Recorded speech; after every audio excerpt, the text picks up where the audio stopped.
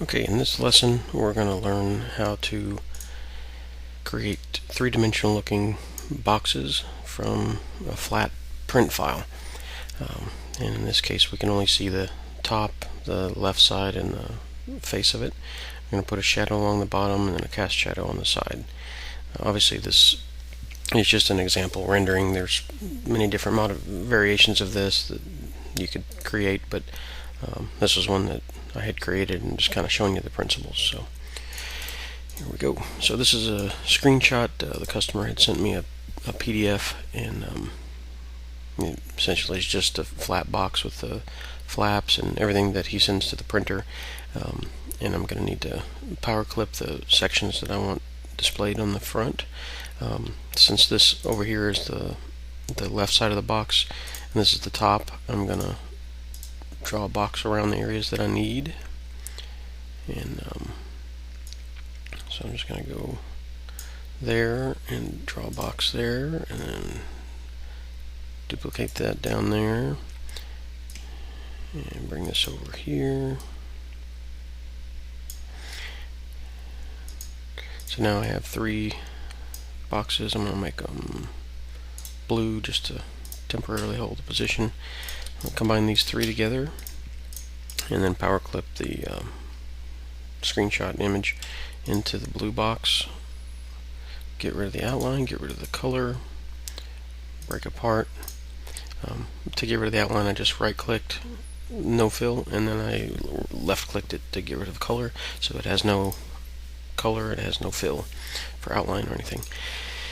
Then I bring the left side over to here, and then what I want to do is kind of put the borders back on everything,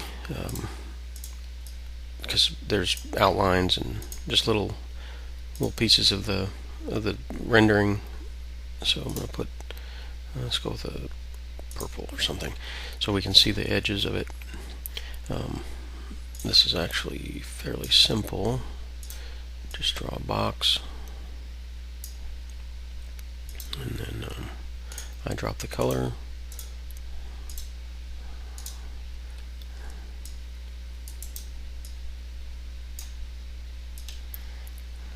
I'm just basically hiding the outlines.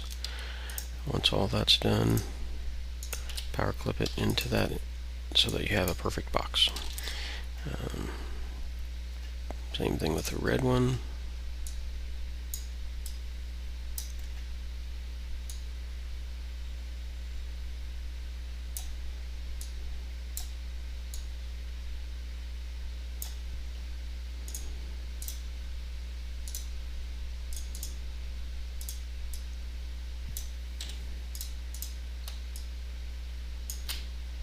No outlines. And this one's going to be a little more difficult. I think what I'm just going to do is bring the lines in just inside.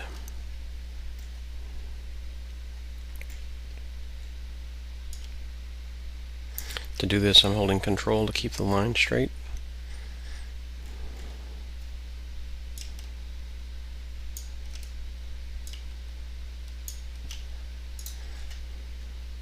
And then I'm going to copy the height of that box, paste, line them up horizontally, and then I'm going to get the width of this one, copy, paste, line it up center.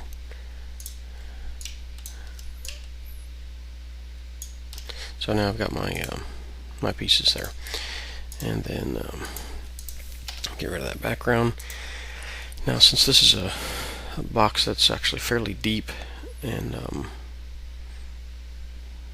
actually the measurements look like they're off.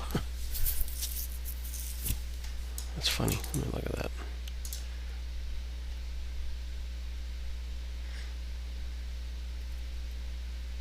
Yeah, this box is not designed accurately. That's substantially deeper than the sides are, but whatever, we didn't do it. So okay, so we just compress this down and then skew it about the distance you want it to work. I like to kind of set it next to the one I'm working at, just because these products are all going to sit next to each other. So just kind of get the same angle. I mean, if you want to, you can duplicate like this.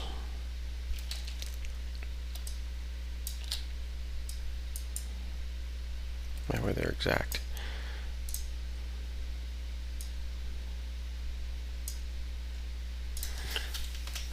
And then this I recommend duplicating this up, sending it to the back. Give yourself a line like that, and then bring that in there, and then skew up. That way you've got your box accurately. Now, I look at this box and I say, this looks a little bit too deep of a box. So I don't know. I'm going to leave it like this, but you can always compress it down. And yeah, I think this looks better. So just going to do that.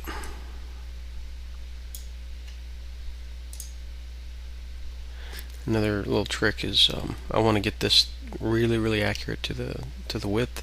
So what I like to do is just slightly increase the width of it, zoom out, zoom into the corner, and just keep hitting S until it reaches its point. There you go.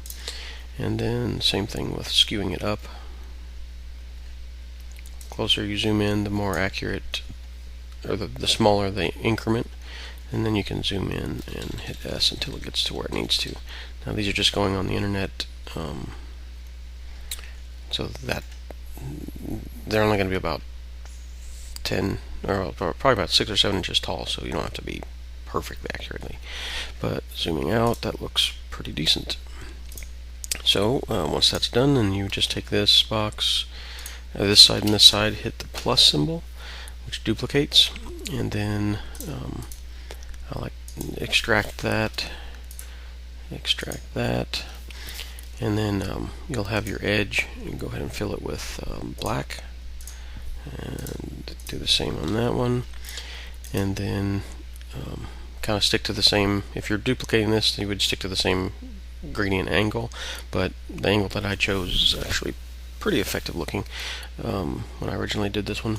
So what I'm going to do is just go to the transparency fill tool and start at the top and kind of go down like this, and that's pretty heavy, so I'm going to go way off to this edge. That's good. And then here I'm just going to go straight down, probably a little more.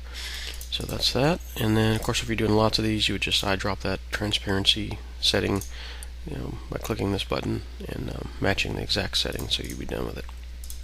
Alright, so once that's all done, then you just group that together, and you got your 3D box ready to go. The next step would be to do the shadow, and a quick way to do the shadow, the way that I did this shadow, there's many different shadows of course, but my shadow, I start off with just kind of tracing the bottom of the box, going to where I think the corner would be behind, and then dragging that off to the side, stretching it up about 4 or 5 times the height, fill it with whatever color you want, put a drop shadow like so, set it to about 25. I mean, this really could be, I don't know, it could be anything, it just depends on how you want to do it, but the shadow I put on this one was about 25. Actually no, I think it was more like 15, which was the original setting. Maybe it was 12. Indecisive. Alright, break apart, duplicate that, convert that to a bitmap, 300 dpi, and then I shrink that down, place it in the background,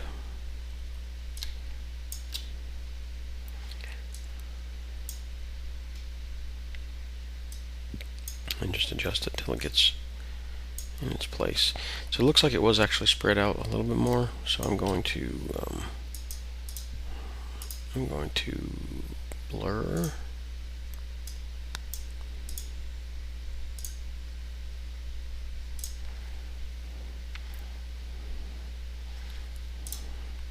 and that looks quite a bit different than my original one. A little bit better. Anyway, you can adjust and do what you want to there.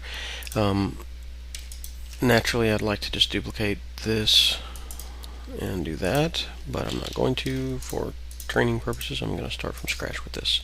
So what we do then is draw a cast shadow, and something like this.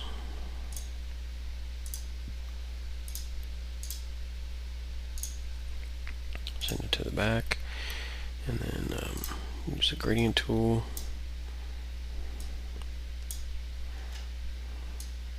To create the cast shadow. And I don't really like that shadow. I've already made this one and used it in the website, but another way to do it would be to do a shadow like that, just with a gradient, or with the drop shadow tool, and maybe expand it to about 25, break apart, convert to a bitmap, and then do a gradient on that. The only problem with that is it's such a long shadow, so maybe shrink it down.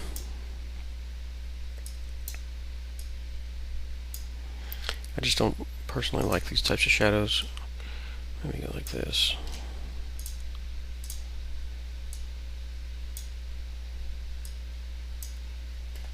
That's not so bad. Probably need to update this one because I like that shadow a little bit better. But anyway, that's essentially what you need to do to create a box that looks three-dimensional.